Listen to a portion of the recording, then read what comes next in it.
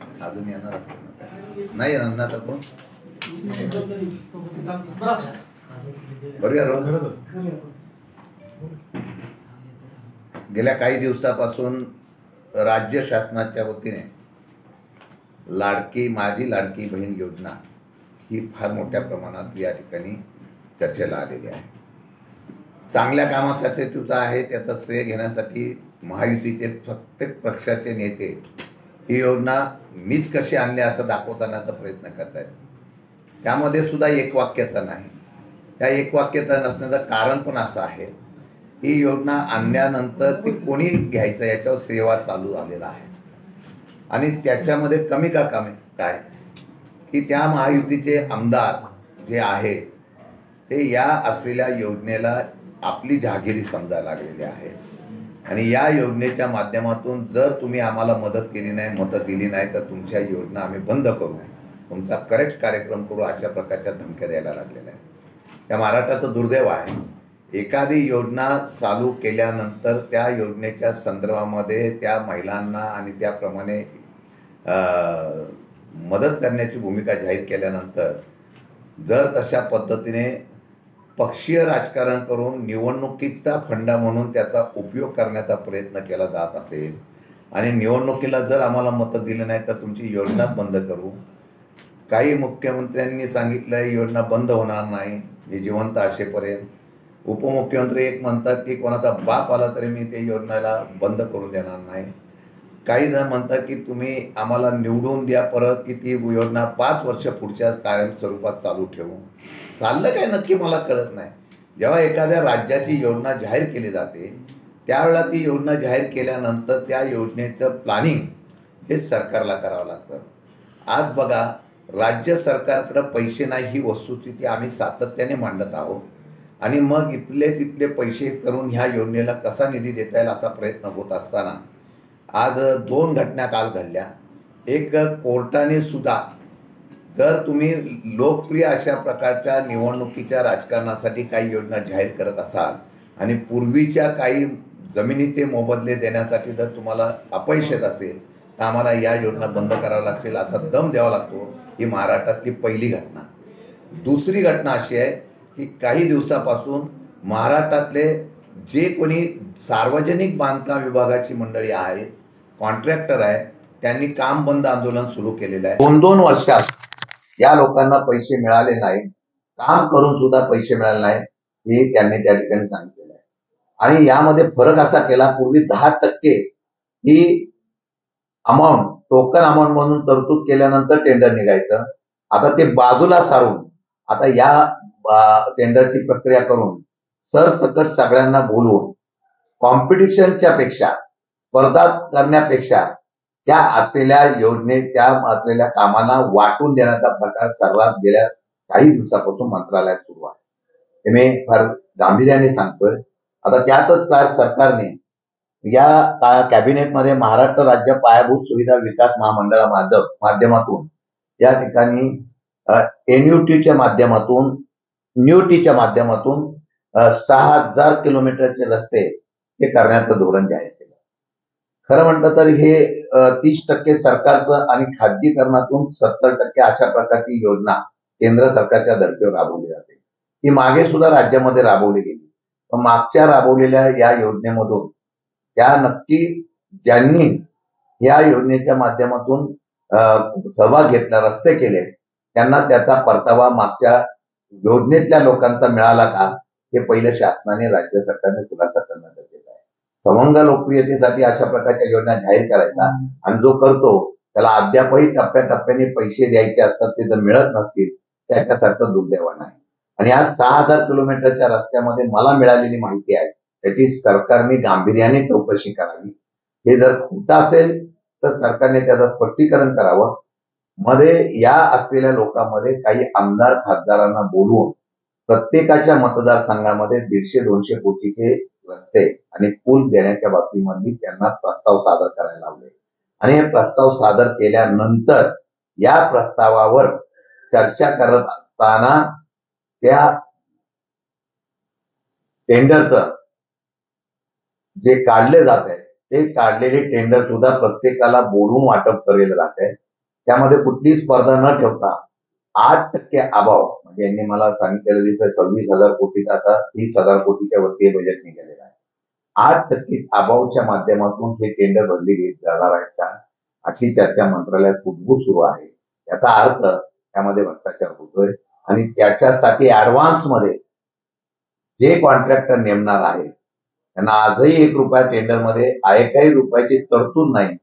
अशा कॉन्ट्रॅक्टरांकडून आगाऊ रक्कम निवडणुकीचा फंड म्हणून घेतला गेलेला जी चर्चा मंत्रालयामध्ये आहे, आमच्या कानापर्यंत आहे. सरकारने याचा खुलासा करावा नाही तर या असलेल्या प्रचंड प्रमाणामध्ये विधानसभेमध्ये सुद्धा मागच्या अधिवेशनामध्ये हा विषय निघाला, त्याचं उत्तर कोणी दिलेलं नाहीये. विधान परिषदेमध्ये निघाला, याचं उत्तर कोणी दिलेलं नाही. आता मंत्रिमंडळामध्ये हा निर्णय होत असताना पारदर्शकतेने हे काम केलं जातं का याची माहिती खरं देणं गरजेचं आहे. आता ह्यामध्ये सुद्धा 2-2.5 हजार कोटीचा घोटाळा होतोय अशा प्रकारची चर्चा आहे. त्याच्या बाबतीमध्ये खरं म्हणतात तर ती सरकारची जबाबदारी आहे. आता या योजनेमध्ये लाडकी बहीण योजनेच्या मध्ये काही आमदारांनी आपले जे तारे तोडले त्यांच्यामुळे काय अपेक्षा वेगळी नसणार आहे. आणि सत्तेची गुर्मी, सत्तेची मस्ती कोरेगावच्या आमदारांपासून असेल किंवा अमरावतीच्या आमदारांपासून असेल, सगळ्यांच्या मनामध्ये फार मोठी प्रमाणात आहे. जशी काय या राज्याचं सरकार तेच चालवतायत, तेच पाळतायत, तेच चालवतायत आणि मग अशा प्रकारच्या धमक्या देऊन या निवडणुकीचं काम केलं जातंय. हे नुसतं लाडकी बहीण योजनेचं नव्हे, मराठा समाजाने सुद्धा आरक्षण मागितलं तर त्यांचं नावच कट करून टाकतो अशा प्रकारची धूम देणार. मला वाटतं की ही सत्तेची मस्ती आहे आणि या सत्तेच्या मस्तीवर आम्ही बोलू, त्याप्रमाणे करू आणि एवढंच नव्हे तर डिसेंबर नंतर विरोधकांचा कार्यक्रम करू. म्हणजे किती सत्तेचा दुरुपयोग हा कोरेगाव मतदारसंघामध्ये केला गेलेला आहे याचं चित्र जायला मिळत आहे. एवढी धमकी देण्याचं धाडस त्या प्रशासनाच्या माध्यमातून होत असेल, कुठे केसेस दाखल करणं वगैरे. मी त्या दिवशी सांगितलं की अशा प्रकारच्या धमक्यांना आम्ही घाबरत नाही. ज्यावेळेला अशा प्रकारचा विषय येईल त्यावेळेला आम्ही तशा तसं उत्तर 100% देऊ. अजून भ्रष्टाचार अजून एक पुरावा तुम्हाला मी देतोय, तो व्यवस्थितपणे तुम्हाला माहित आहे. जे सांगतात की आम्ही फार सोजळपणे काम करतो, आम्ही कुठेही भ्रष्टाचार करत नाही. आता जर बघितलं तर रस्त्याची कामं, बाकीची कामं या महाराष्ट्रामध्ये जे टेंडर निघतात ती टेंडर अभाव पद्धतीने निघतात.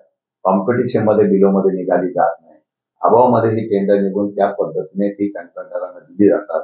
हे सुद्धा सत्य आता समोर आले. म्हणजे जनतेच्या तिजोरीवर, सरकारी तिजोरीवर ज्यावेळेस सप्लिमेंटरी बजेट प्रचंड प्रमाणामध्ये काढलेली आहे, ही सप्लिमेंटरी बजेट काढण्याचा उद्देश म्हणजे या सप्लिमेंटरी बजेटमधून आपल्या आमदारांना आणि बाकीच्या लोकांना यामध्ये मदत करत असताना मग तिथे भ्रष्टाचार करण्याच्या बाबतीमध्ये प्रोत्साहित केलं जातं का, ते पैसे किती वाटले जातात का, हे सुद्धा आम्ही पुरावे वेळोवेळी त्या ठिकाणी दाखल करू. संजय गांधी निराधार योजना ही खरं म्हटलं तर राज्य सरकारने चांगल्या पद्धतीने जे निराधार आहेत या लोकांसाठी आपण ती राबवलेली आहे. परंतु आता प्रत्येक ठिकाणी या असलेल्या प्रत्येक योजनेचा गैरफायदा घेऊन त्या ठिकाणी तशा पद्धतीचं काम केलं जातं अशी माहिती आमच्या मागावर आलेली आहे. संजय गांधी निराधार योजनेमध्ये जर आपण बघितलं तर कोरेगाव मतदारसंघामध्ये मी कोरेगाव खटाव सातारची माहिती मागवलेली आहे. परंतु कोरेगाव मतदारसंघामध्ये कोरेगाव तालुक्यामध्ये साधारणतः 5,500 अशा प्रकारचं संजय गांधी निराधाराचे अर्ज या ठिकाणी आले आणि त्याची मंजुरी देण्यात आली. 1 वर्षाच्या कालावधीमध्ये 2,300 प्रकरणं या ठिकाणी प्रस्तावित केली गेली आणि ही प्रस्तावित करत असताना कालच्या याच्यामध्ये 400 पैकी 100 बोगस या ठिकाणी प्रकरणं केलेली आहे.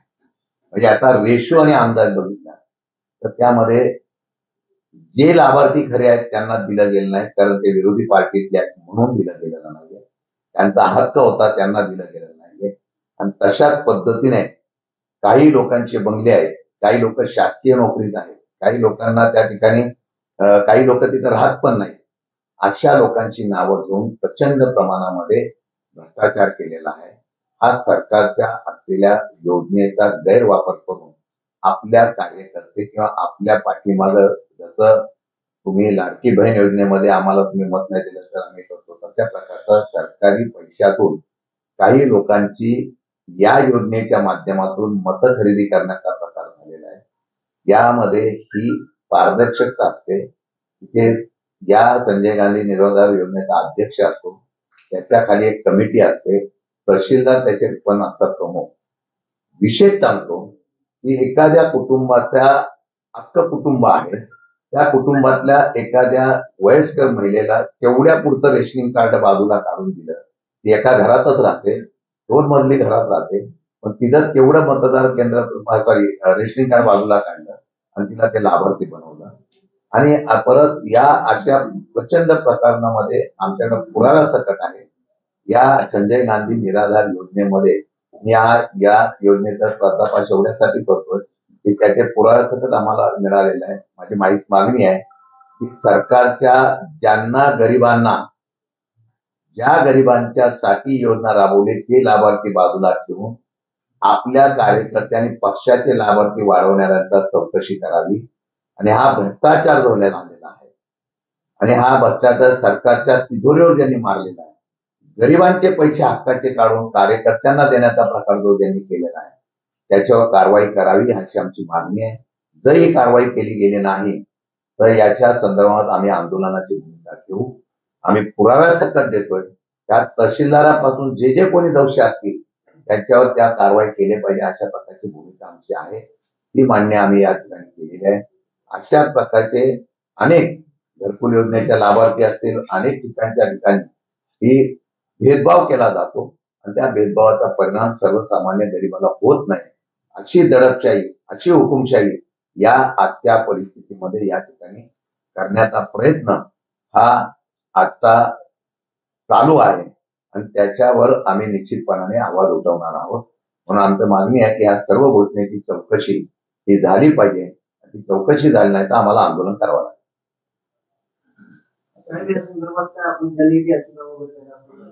नाही, पहिलं मी राज्य सरकारकडे मागणी करणार आहे, तुम्ही काय करणार आहे ते, आणि मी पुराव्यासकट हे देणार आहे जिल्हाधिकाऱ्यांना वगैरे सगळ्यांना देणार आहे. तर हा खरं म्हणतं तर सरकारी योजनेच्या पैशावरचा दरोडा आहे आणि एवढं धाडस जर वाढत असेल अशा प्रकारचं केलं जातं. अजून बरेच काम आहेत. काही लोकांचे लाभार्थी नसताना वेगवेगळ्या योजनेतून त्यांना लाभार्थी बनवलं गेलेलं आहे. अजून तो पण पर्दाफाश आम्ही करणार आहोत. हे लाभार्थी करून कार्यकर्त्यांना मतासाठी किंवा लोकांना मतासाठी आपल्याकडे करण्याचा नवीन फंडा जर सत्तेच्या माध्यमातून महायुतीची लोक करत असतील आणि तशी महाराष्ट्रामध्ये जर होत असेल तर अजून एक मोठा बोगस होईल आणि एक मोठ्या प्रकारचा स्कॅम यामध्ये निश्चितपणाने बाहेर पडेल. आणि अशा या सगळ्या गोष्टीच्या बाबतीमध्ये संबंधित खात्याने कारवाई केली नाही तर आम्ही त्या ठिकाणी स्वतः तक्रार करू आणि मग पुढची कारवाई कोर्टामध्ये करू. पण यांना बेड्या ठोकायचं काम आम्ही करू. आकडेवारी आली नाही, मी मगाशीच सांगितलं, मी नुसतं कोरेगाव तालुक्यातल्या असलेली आकडेवारी दिली. मी खटाव आणि साताराची अजून आकडेवारी मागच्या अजून मला मिळालेली नाही आहे तहसीलदारांकडून. मी जिल्हाधिकाऱ्यांकडे मागणी करणार आहे की तुम्ही कमिशनकडे मागणी करेल. आता सरकारकडे मागणी कराल तर सरकारचे हे लोक बोलतात सरकारच आम्ही बनवलंय, आम्हीच पाडलंय, आम्हीच बनवलंय. मला वाटत नाही सरकारची लोक त्यांच्यावर कारवाई करतील. आम्ही तशा पद्धतीने मग कोर्टातून आम्ही 100% कारवाई करायला लावणार. आणि हा जे खरे गरीब आहेत, जे लाभार्थी आहेत त्यांना बाजूला सारून जर बोगस अशा प्रकारच्या लाभार्थ्याच्या याद्या केल्या असतील तर चुकीचं आहे. हे मी नुसतं सातारामधल्या एका मतदारसंघामध्ये काढलेलं आहे. अजून काढायची बाकी आहे. अजून एक योजना आहे, त्या योजनेमध्ये सुद्धा कार्यकर्त्यांना ते वाटप केलेलं आहे. त्याची सुद्धा यादी आम्ही गोळा करतोय आणि मग सरकारचे खरे लाभार्थी बाजूला ठेवून आपले लाभार्थी मतासाठी वाढवण्याचा प्रकार कोण करत असेल आणि त्यामध्ये शासकीय अधिकारी जर मदत करत असेल ते सर्वात दुर्दैव आहे.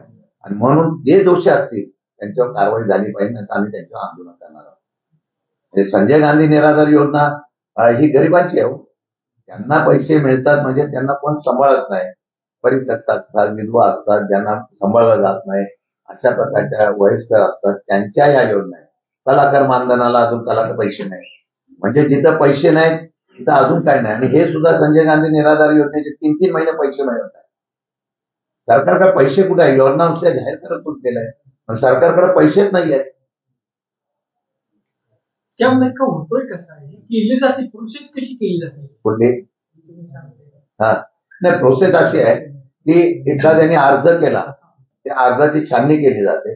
छाननी केल्यानंतर त्या ठिकाणी ते अर्ज मग त्यांची कमिटी आहे, एक संजय गांधी निराधार योजनेची कमिटी असते, अध्यक्ष आणि कमिटी असते आणि तहसीलदार त्याच्यावर असतो. ती आपली खालून तलाठी सर्कल वगैरे छाननी करून घेतात आणि ती छाननी केल्यानंतर ती तिथपर्यंत येते. काय आहे, सध्या राजकीय दबाव वरपासून खाली तलाठी सर्कल पर्यंत एवढा आहे की ते काही करायला जातात. आता त्यांच्या नोकऱ्या जातील तेव्हा त्यांना कळेल तरी परिस्थिती आहे. मी नुसतं एकाच प्रकरणाचं सांगितलेलं आहे.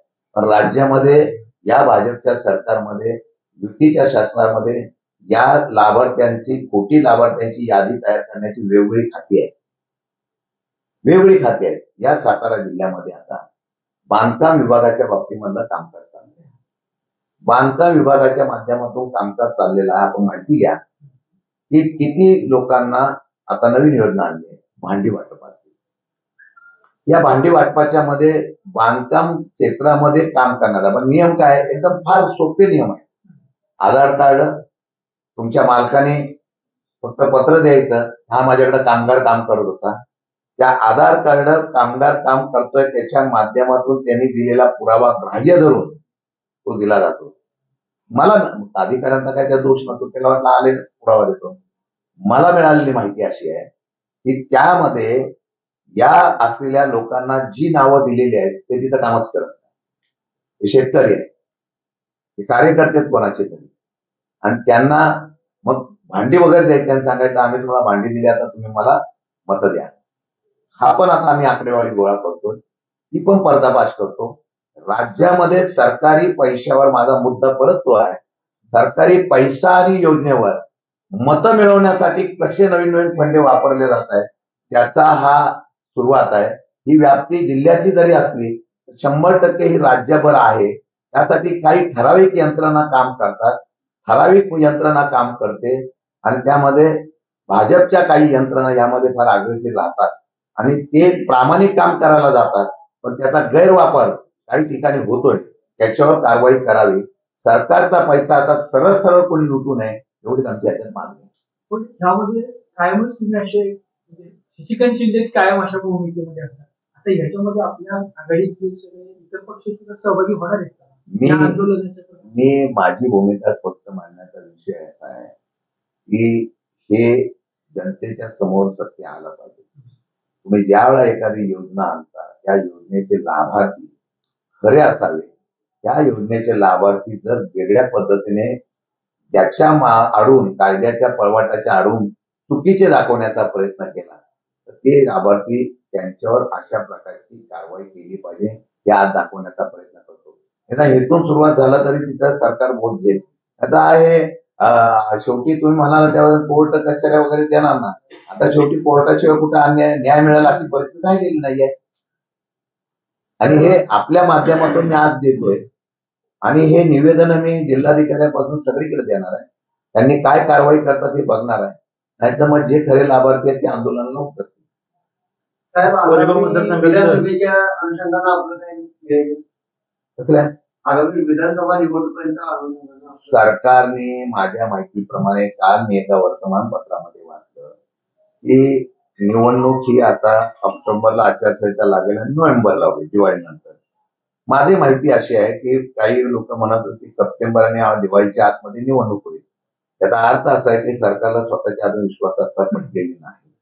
त्यांना अजून कळत नाही, त्यांना अजून विश्वास वाटत नाही की सरकार आपलं येईल का नाही, म्हणून तो वेळ काढून अजून कुठल्या योजना आधी प्रसिद्धी करायचा प्रयत्न करतात का, त्यातून काय फायदा होतो का असं बघताय. मी 100% सांगतो की महाविकास आघाडीचं सरकार येणार. त्यांनी किती योजना आणि काही दिले, कोट्यवधी रुपयाची कामं जरी दिली तरी त्या असलेल्या कामाला स्वाभिमानी महाराष्ट्राची जनता त्याला नाही, त्याप्रमाणे निर्णय. आपण कुठल्या राज्यामध्ये यात्रा खूप सुरू आहे, सध्या राज्यामध्ये यात्रा सुरू झालेल्या आहे, गुलाबी कोड झाले, त्याच्यावर तुमचं काय म्हणणं? प्रत्येक पक्षाने यात्रा सुरू केलेली आहे, पण आम्ही केलेली आहे की महाराष्ट्राची आमची यात्रा काय सरकारी योजनेच्या प्रसिद्धी किंवा त्याचा श्रेय घेण्यासाठी आमची योजना आहे की महाराष्ट्र जागृत करण्यासाठी. छत्रपती शिवाजी राजांचा जसं महाराष्ट्र होता तो उभा करण्यासाठी आम्ही यात्रा केलेली आहे. परत दोघीमधला हात आहे. त्यांनी सांगितलं आम्ही योजना कशा राबवल्या त्याचा प्रसिद्धी करताय. पण एकच योजना सध्या प्रसिद्ध करण्याचा प्रयत्न करताय, म्हणजे राज्यामध्ये 5 वर्ष यांनी काय काम केलं याची प्रसिद्धी आणि लोकांमध्ये रुजलेलं दिसत नाही. पण आता फक्त लाडली बहिणा योजना. पण तुम्हाला अजून एक सांगतो, मध्य प्रदेशने ती योजना बंद केलेली कळली मला, कुठं माहित नाही. पण निवडणुकीपुरती ती योजना आहे असं जे लोक आणि विरोधक शंका घेत आहे. आता परवाच्या दिवशी वर्तमानपत्रामध्ये आम्ही वाचलं की ज्या मध्य प्रदेशमध्ये ही योजना लागू केल्यानंतर ते यश मिळालं म्हणून ती योजना लागू केली, त्याच मध्य प्रदेशने ती योजना आता बंद केली दिसते. पण महाराष्ट्रामध्ये महिला भगिनीपासून सगळे शून्य आहे. त्यामुळे महाराष्ट्राच्या हिताचा निर्णय काय घ्यायचा ते त्यांनी किती योजना केल्या तरी मुदत वाढवलेली आहे लाडक्या बहीण योजनेची, पण सर्व्हर तरी पण डाऊन आहे. 15-15 दिवस सर्व्हर डाऊन आहे. असं आहे की खरी तीच गोष्ट आहे की मला ज्या तक्रारीला आलेल्या आहेत महिला भगिनींच्या वगैरे, की त्यांनी सर्व्हर कोणता 2-2, 3-3 दिवस डाऊन बंद पडलेला आहे. त्याच्यामुळे तो कार्यरत नसल्यामुळे ही योजनेचा प्रत्यक्ष सगळीकडे अंमलबजावणी करण्यामध्ये किती या लोकांना यश येईल मला माहिती. तुम्ही जरांगे पाटील सर त्यांना भेटलो आता आले, काय तुमची चर्चा? महाराष्ट्रामध्ये वेगवेगळे नेते वेगवेगळ्या समाजाचं आंदोलन करतात. म्हणून जरांगे पाटील हे गेल्या अनेक वर्षापासून महाराष्ट्रातल्या मराठी बांधवांना न्याय मिळावा म्हणून आंदोलन करतात. त्यांनी बरीच उपोषणं केली, मोठी उपोषणं केली आणि त्यांच्यावर जनतेचा विश्वास पण बसलेला आहे की राजकीय दृष्टिकोनाचा फायदा न घेता निस्वार्थपणाने काम करणारा नेता म्हणून त्यांच्या पाठीमध्ये त्यांचं उभी राहिलेली आहे. परवाच्या दिवशी ज्यावेळेला ते सातारला आले, मला वाटलं होतं की आपण पण सहभागी, पण राजकीय मंडळी किती सहभागी करायची नाही करायची की त्या समन्वयकामध्ये त्याची माहिती आम्हाला मिळाली नाही म्हणून आम्ही येऊ शकलो नाही. परंतु ज्यावेळेला त्यांची तब्येत बिघडली म्हटल्यानंतर व नवी मुंबई वगैरे इथे त्यांच्यावर मला काम करण्याची संधी भेटली म्हणून मी त्यांना भेटायला पण गेलो, त्यांची विचारपूस पण केली आणि तब्येतीची काळजी घ्या म्हणून सांगितली. शेवटी समाजाला नेतृत्वाची गरज असते, शेवटी समाजाने त्यांनी काळजी घेण्यात असताना त्यांनी काळजी घ्यावी अशी विचारपूस केली. परत भविष्यकाळातल्या काही घडामोडीवर चर्चा केली आणि त्यामुळे चर्चा करून त्यांनी लाडकी तारखेला आव्हान केलं सर्वांना, जिल्हावासियांना आंतरवादीला निर्णायक सहभागी घेणार आपण जाणार नाही. मी तेच म्हणालो की त्यांची कसं शेवटी प्रत्येक लोकप्रतिनिधी हा सर्व आंदोलनाला तो सामील जात होता. ते कुठल्या समाजाचं आंदोलन, त्या ओबीसी समाजाचं, धनगर समाजाचं, मुस्लिम समाजाचं, सगळ्यांचं समाजाचं कुठल्या लोकप्रतिनिधी त्यामध्ये जावं लागतं आणि ह्या प्रश्नाच्या संदर्भामध्ये भूमिका मांडावी ही प्रत्येक लोकप्रतिनिधीचं कर्तव्य असतं. मला वाटतं ज्या वेळेला कुठल्याही विषय महाराष्ट्राच्या याच्यातून त्या विषय निघाला तेव्हा आम्ही त्यामध्ये समाविष्ट झालो, सहभाग घेतला आणि सभागृहामध्ये सुद्धा भूमिका स्पष्टपणाने मांडलेली आहे.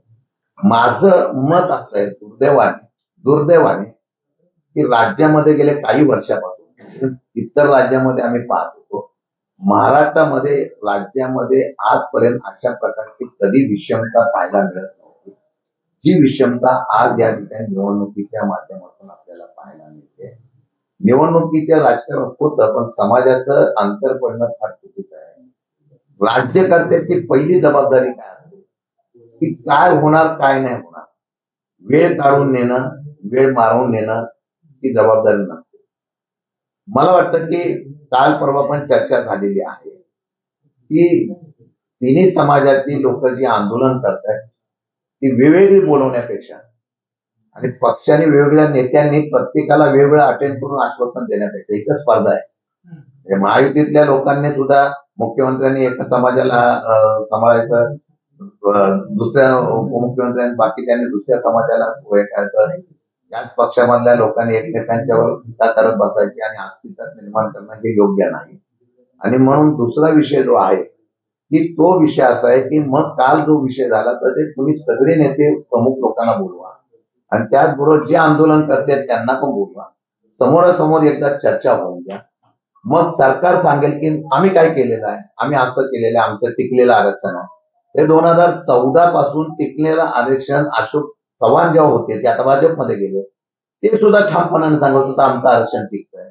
नारायण राणे होते, ते पण बोलतात आमचं आरक्षण टिकलंय. देवेंद्र फडणवीस बोलले आमच्या वेळेचं आरक्षण टिकलेलं आहे. एकनाथ शिंदे, उद्धव ठाकरे सगळे बोलतात आमचं आरक्षण टिकतंय.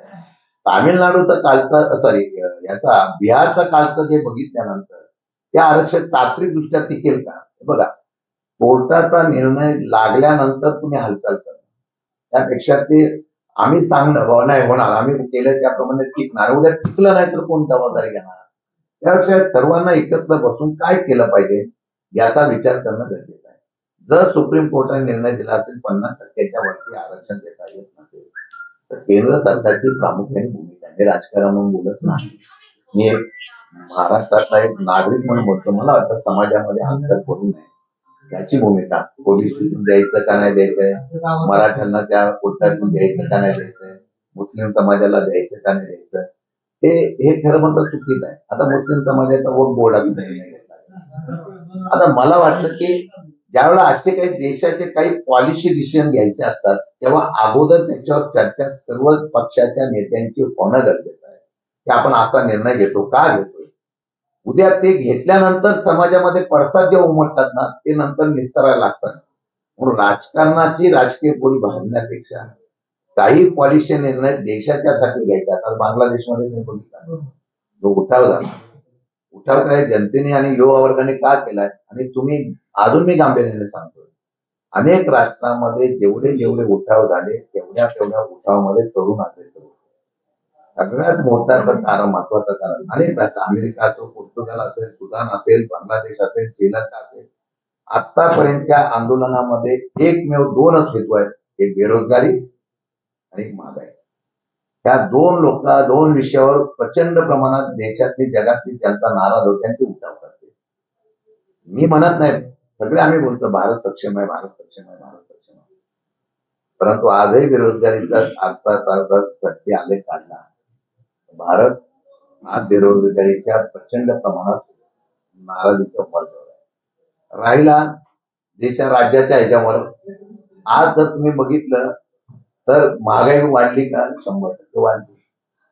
आता या बाबतीमध्ये जर निर्णय योग्य पद्धतीने घेतले नाही तो युवकांमध्ये आंदोलनाची तीव्रता वाढते.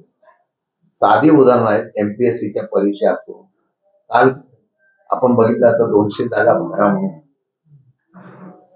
वैद्यकीय कॉलेजांच्या लोकांनी आंदोलन, कृषीच्या लोकांनी आंदोलन केलं. परवाच्या दिवशी महाराष्ट्रातल्या शासकीय पशुवैद्यकीय जी कॉलेज आहेत 5 ते 7 त्यांनी मुलांनी आंदोलन केलं. ती मुलं आहेत ही कोणी त्यांना कोण राजकीय पाठबळ नव्हतं. साधी मुलं आंदोलन का करत होती की तुम्ही खाजगी बिल मंजूर केलं, त्या खाजगी बिलामध्ये 87 कॉलेज येतील अशा प्रकारे 35च्या वरती कॉलेज खाजगी येत आहेत पशुवैद्यकीय विद्यालयामध्ये. आज महाराष्ट्रातले बहुतेक इंजिनियर कॉलेज बंद पडले, BEdची कॉलेज बंद पडलेले आहे, कारण भरती नाहीये, त्यामुळे कोण करत नाही. पोलिसांच्या भरत्या रखडलेल्या आहेत, तिथं खाजगीकरण केलेलं आहे.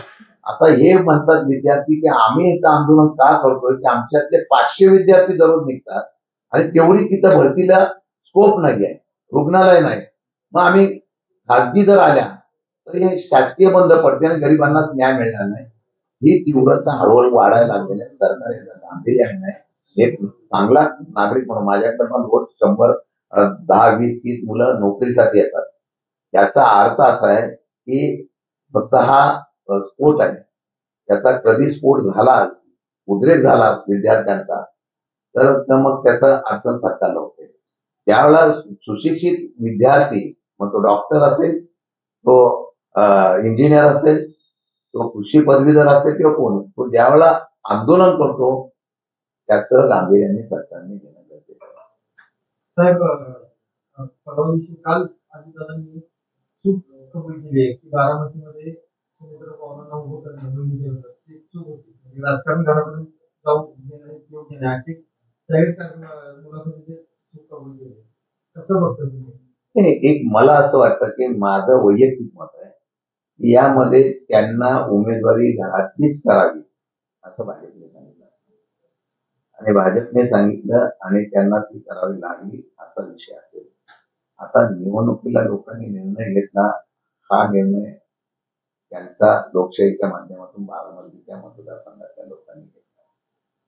परंतु जर का या सर्व निवडणुकीच्या ह्याच्यातून म्हणजे मला भाजपच्या या रणनीतीचं कधीच हे नाही वाटत नाही की घरं फोडून म्हणजे एकत्र कुटुंब करून राजकारण साध्य करायचं एकत्र ठिकाणी अनेक ठिकाणी आहे.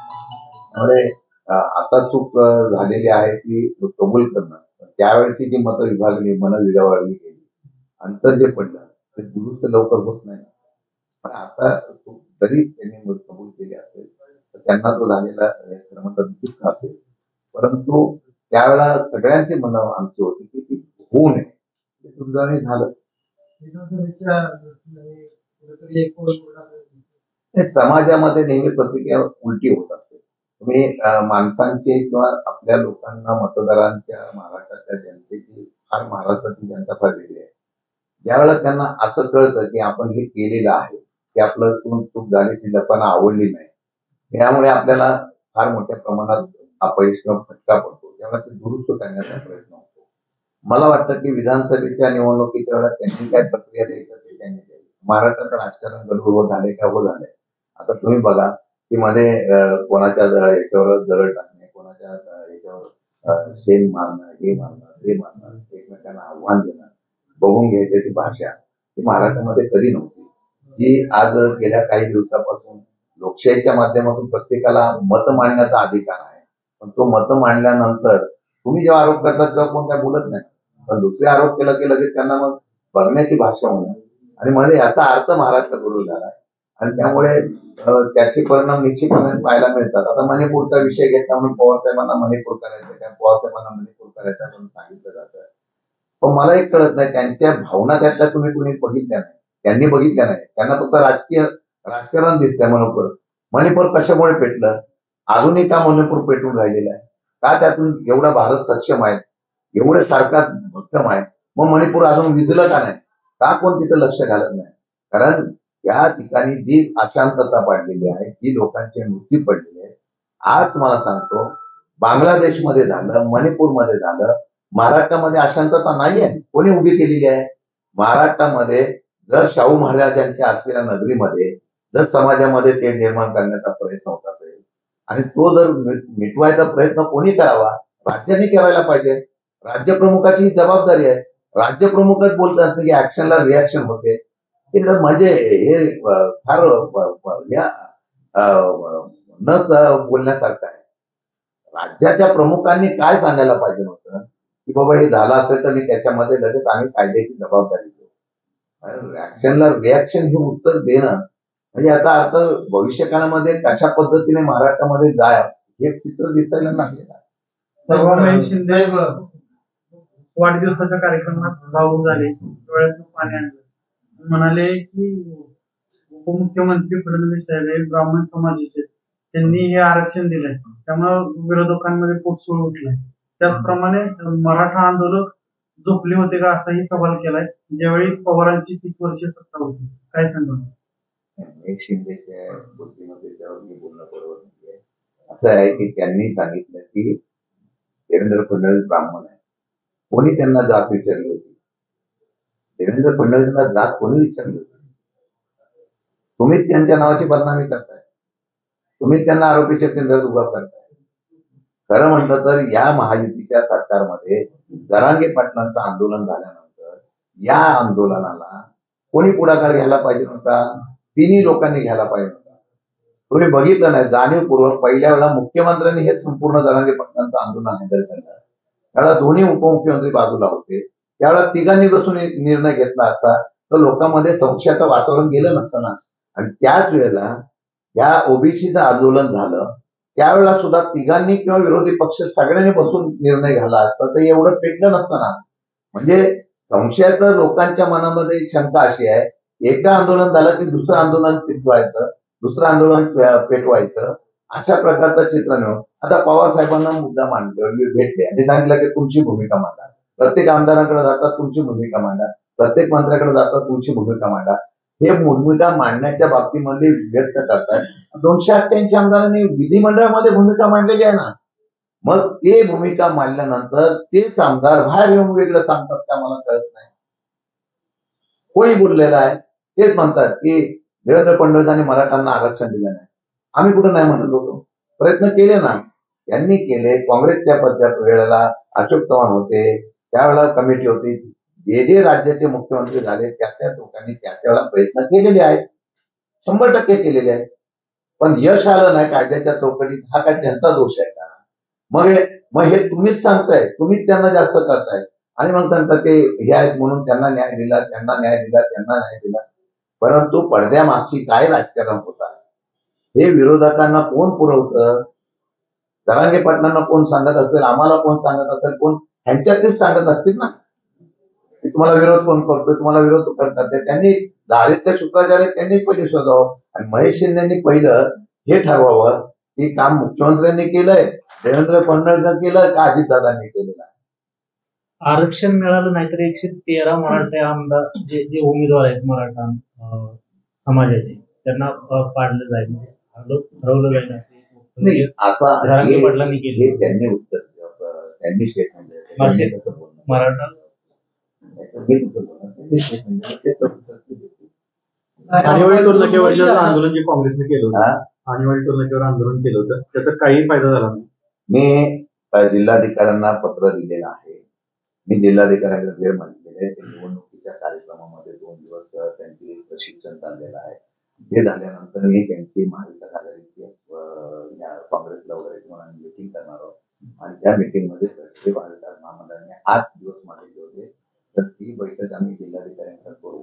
जिल्हाधिकाऱ्यांच्या बैठक झाल्यानंतर जर न्याय मिळाला नाही तर आंदोलनामध्ये आम्ही सुद्धा सर्व होतो आणि ती आंदोलन तीव्र होतो. पण विधानसभेच्या दृष्टीनं तुमचा मतदार माझ्या मतदारसंघावर का सगळे लक्ष ठेवतात तरी कुठला असेल आता जिल्ह्यातील काम मला करावं लागणार आहे ना. खूप वाईट शेवटी महाविकास आघाडीचे लोक ठरवतील कुठला मतदारसंघ कोणाला द्यायचा, कुठला मतदारसंघ कोणाला द्यायचा आणि त्यावेळेला जो निर्णय होईल तो मान्य करू. आज मी सांगितलं तर माझ्या अर्थाला हे नाही ना. शेवटी महाविकास आघाडीचे लोक एकत्र बसून त्या ठिकाणी वाई मतदारसंघावर तुम्ही जास्त फोकस केले नाही. मी वाई मतदारसंघामध्ये फोकस केला असं नाही. आता मी लोकसभा झाल्यानंतर तिथे जनता दरबार होऊन घेतो. माझ्याकडे लोक येतात, कराड पासून साताऱ्यापासून वाई वगैरे सगळे लोक येतात. निवडणुकीला ज्यांना मी आश्वासन दिलं, ज्यांनी मला नेते आणि प्रमुख पहिल्या फळीतले कार्यकर्ते नसताना सुद्धा त्यांनी मला मतदान दिलं. बघा, निवडणुकीपुरतं आपण लोकांना वापर करणार ती माझा पिंड आहे. म्हणून काही लोकांना भीती वाटते. शशिकांत शिंदे आलं की जिल्ह्यामध्ये त्यांच्याकडे लोक जायला लागले तर त्यांच्यावर अवलंबून राहावं लागेल. पण माझा तसा स्वभाव नाही. परंतु त्या लोकांनी मला जे काही निवडणुकीच्या वेळेला मागणी केली होती त्या लोकांच्या बद्दलच्या बैठका घेणे, त्यामध्ये मी लक्ष घालणं हे माझं कर्तव्य समजतो. आणि शेवटी आता पक्षाचं कोण राहिलेलंच नाही. आता पक्षामध्ये आम्ही काही ठराविक लोक राहिलेलं. येत्या निवडणुकीमध्ये पक्षाचे उमेदवार परत एकदा राष्ट्रवादीचं आणि महाविकास आघाडीचा बालेकिल्ला उभा करण्यासाठी प्रयत्न करणे माझं कर्तव्य असेल. त्यासाठी मी जाणं, कुठं फिरणं मला बंधन करत नाही. ते त्यांच्या पक्षाचं काम करतात आणि माझ्या पक्षाचं काम करेल. अजून एक सांगतो तुम्हाला, त्याच्या कालावधीमध्ये मी खंडाळ्याला सुद्धा शिकवला. बेरोजगारांचा तिथल्या भूमिपुत्रांचा मेळावा लावणार आहे आणि तिथे मी निवडणुकीच्या मला बऱ्याच मुलांनी आणि तिथल्या लोकांनी सांगितलं की स्थानिक लोकांना रोजगार मिळत नाही आणि स्थानिक लोकांना तिथे कॉन्ट्रॅक्ट मिळत नाही, व्यवसाय मिळत नाही. बाहेरची लोक येतात, पुन्हा वगैरे ह्या त्या लोकांना तिथे मिळालं तर तिथं मिळावं. हे सुद्धा आंदोलन मी हातामध्ये घेणार आहे.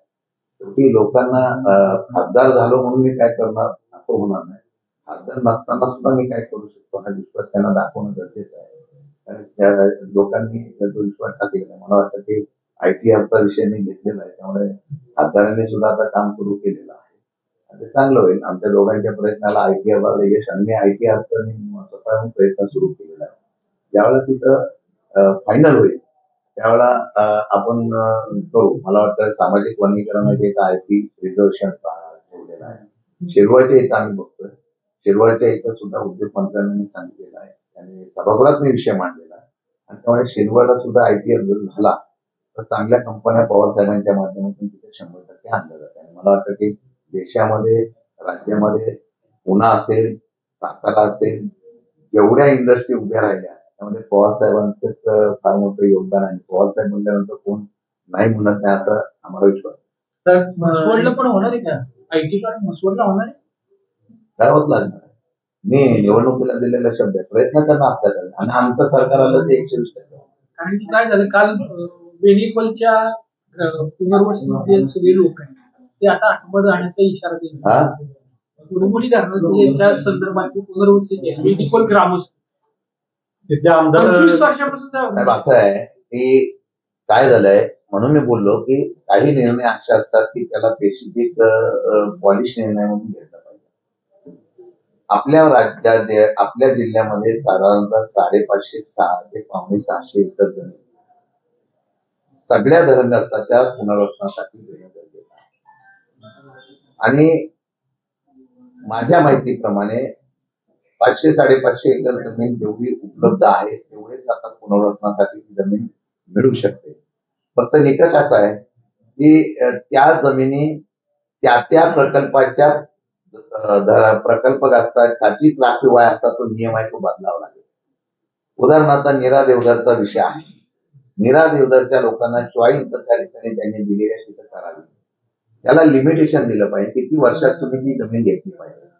ती जमीन जर त्यांनी ठराविक विद्यात घेतली नाही तर ती वापर करण्याचा अधिकार हा जिल्हाधिकाऱ्यांना द्यावा. आणि मग कोयनेचे असेल किंवा इथं असेल तिथल्या लोकांना त्या जमिनी देणं गरजेचं आहे. कारण काय झालंय 35-40 वर्षापासून त्या जमिनी त्यांना मिळाल्या नाही. आता त्या प्रकल्पाचा खर्च त्या प्रकल्पावरच करावा असा नियम असल्यामुळे नवीन पैसे त्या धरणग्रस्तांच्या पुनर्वसनासाठी उपलब्ध होऊ शकत नाही. परंतु शासनाने खासबाग म्हणून सुद्धा या ठिकाणी बदल केला तर त्याचा इफेक्ट होऊन इथल्या इथे ते जमिनी मिळतील. किंवा दुसरं एक आंदोलन घ्यावं लागेल की ऐच्छिक म्हणून राज्य शासनाने मदत पुनर्वसनातून अशा प्रकारची जर ऐच्छिक म्हणून लोकांना पैसे दिले तर तो सुद्धा विषय कायमचा मागे लागेल. तो विषय तिसरा मी हातात घेतलेला आहे. माझी मागच्या याच्यामध्ये उद्योग मंत्र्यांना मी पत्र दिलेलं आहे. अधिवेशनाच्या काळात मला त्यांनी शब्द दिला की मी बैठक घेतो. मदत पुनर्वसना मंत्र्याकडे पण मी माझी एक बैठक झाली होती अनिल पाटलांकडे. त्यांनी तशा सूचना दिल्या होत्या. सूचना दिल्यानंतर लाल फितीचा कारभार लवकर व्हावा अशी अपेक्षा आहे. त्या झाल्यानंतर परत एकदा आम्ही तशा पद्धतीची बैठक एक लावण्याचा प्रयत्न करू जेणेकरून या जिल्ह्यामधल्या असलेल्या लोकांना तिथल्या तिथे 35-40 वर्षापासून न्याय मिळाला नसेल तर मिळाला पाहिजे. वाई आणि पर्यटन मध्ये जे आमदार आहेत तिथं आता राष्ट्रवादीचा उमेदवार काय झालं वाई आणि पैठण मतदारसंघ आहे तिथे आमदार दादा गटात गेले. आता तिथं नवीन उमेदवार तुमच्यासाठी वाई आणि पैठण आणि जिथे जिथे राष्ट्रवादीचे उमेदवार उभे करायचे तिथे तिथे राष्ट्रवादीचा महाविकास आघाडीचा उमेदवार उभा आहे. बरेच जण इच्छुक आहेत आणि त्यामुळे येणाऱ्या काळामध्ये अजून बऱ्याच घडामोडी घडतील. मी सातारा जिल्ह्यापुरतं मर्यादित बोलत नाही. महाराष्ट्रामध्ये सुद्धा ज्या वेळेला निवडणुका लागतील त्यावेळेला तुम्हाला फार मोठे राजकीय भूकंप पाहायला मिळतील. आणि ते भूकंप पाहिल्यानंतर महाराष्ट्रामध्ये महाविकास आघाडीचे सरकार येईल तुम्हाला सुरुवात होऊन जाईल. महाराष्ट्राने खंडाळा शिरवळ एमआयडीसी मध्ये स्थानिकांच्या रोजगारासंदर्भात आंदोलन केलंय आपण मेळावा घेत आहे. परंतु त्या ठिकाणी जे स्थानिकच राजकीय मंडळी ठेकेदार आहेत त्यांची ठेकेदारी मोडीत काढणार नाही. मी आज काय म्हणत नाही माहिती घेतल्यानंतर बोलतो. म्हणजे आता किंवा आता विद्यमान खासदार निवडणुकीच्या वेळेला काही गावामध्ये गेले नाही. तुम्ही आभार दौरा केला. आभार दौऱ्यामध्ये त्या गावामध्ये जाणार का किंवा तेच त्यांचा विषय जाणार. मी यावेळेला बऱ्याच ठिकाणी 15 दिवसाची मुदत असल्यामुळे बऱ्याच ठिकाणी मला जाता आलं नाही. अगोदर जर उभं राहायचं ठरवलं असं तर मी निवडूनच आलो असतो. परंतु तरी सुद्धा मी तुमच्या माध्यमातून आज परत आव्हान करतो की मी जरी पोचलो नाही किंवा मी खासदार जरी झालो नाही तरी लोकांनी दाखवलेला विश्वास सार्थ करताना त्यांच्या कुठल्याही अडचणी असतील त्यांचे कुठलेही प्रश्न असतील तर मी त्यांच्यापर्यंत पोहोचून त्याचा न्याय देण्याचा प्रयत्न करणार ही माझं कर्तव्य आहे.